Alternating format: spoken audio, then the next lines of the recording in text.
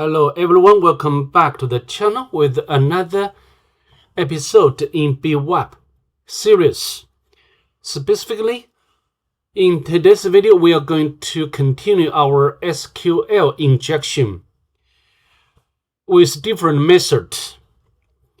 We are going to deal with HTTP post. Before we go ahead, if you don't mind, please subscribe to my channel and give this video a thumbs up. It really helps the channel grow. So then we can head over to Linux VM to start.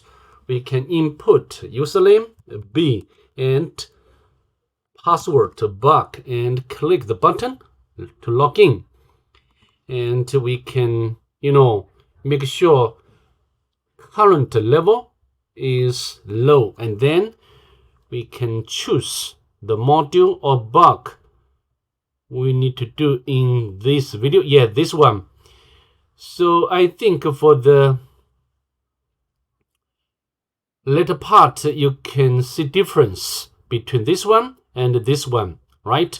Although the application is also some sort of search, the method would be different, not get.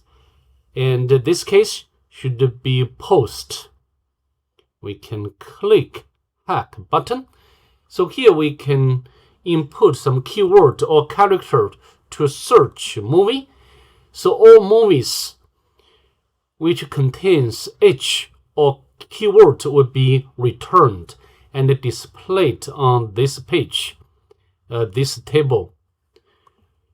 But just as I said, this case, the request is over or is using HTTP post, so we cannot see any posted data. All right. So next, how to perform injection or SQL injection. Maybe here, I don't think it's necessary to use BWAPP Suite. For example, the first step when we perform SQL injection is to know whether the application is vulnerable to SQL injection. And one of the ways is to put single quotes, okay? And search. So here you can get error. So you have an error in your SQL syntax. So here we can know the application is possibly vulnerable to SQL injection vulnerability. The next step is to know, you need to know how many columns. Oh, sorry, my bad. Next, we need to decide such injection is string type or numeric type, okay? And we can put different payload like single quote and all 1 is equal 1. And we can use pound for comment. So here, as we know, the first single quote, if the injection is string-based, and here the single quote will close the first part, okay? And then, of course, here should be empty string.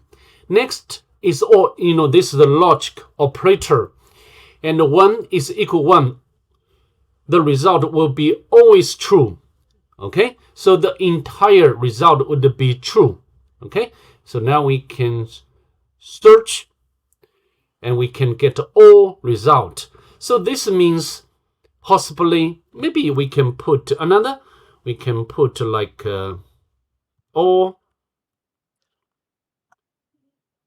search, no movies were found.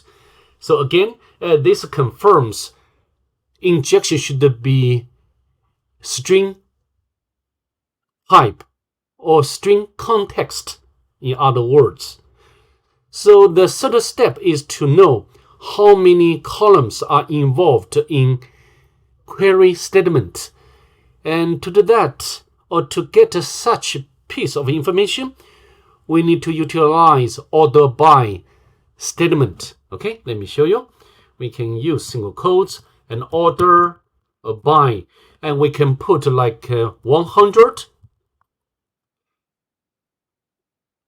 Although I'm very doubtful there are 100 columns, but anyway, I want to know how the application behaves. Okay, we can search, and then we can get this error, unknown column 100, and then we can reduce this number, like order by 10, search, and we need to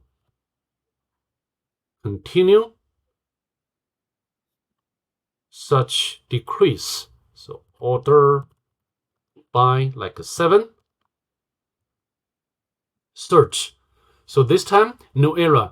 So how about 8? Order by 8, and we get error. Up to this point, we can determine there are 7 columns involved in SQL query statement. This statement would be running at the back end. So next, we need to know which column or columns are displayed on the page. As you can see over here, the 1, 2, 3, 4, 5 fields. So this means at least 2 fields will not be displayed on the page. Okay, and we need to get its location in this table. So how to do?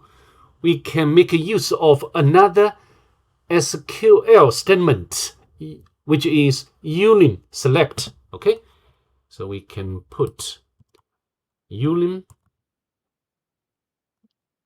select 2, 3, 4, 5, 6, 7, and we can search. Or maybe we need to put some non-existent, or we can put like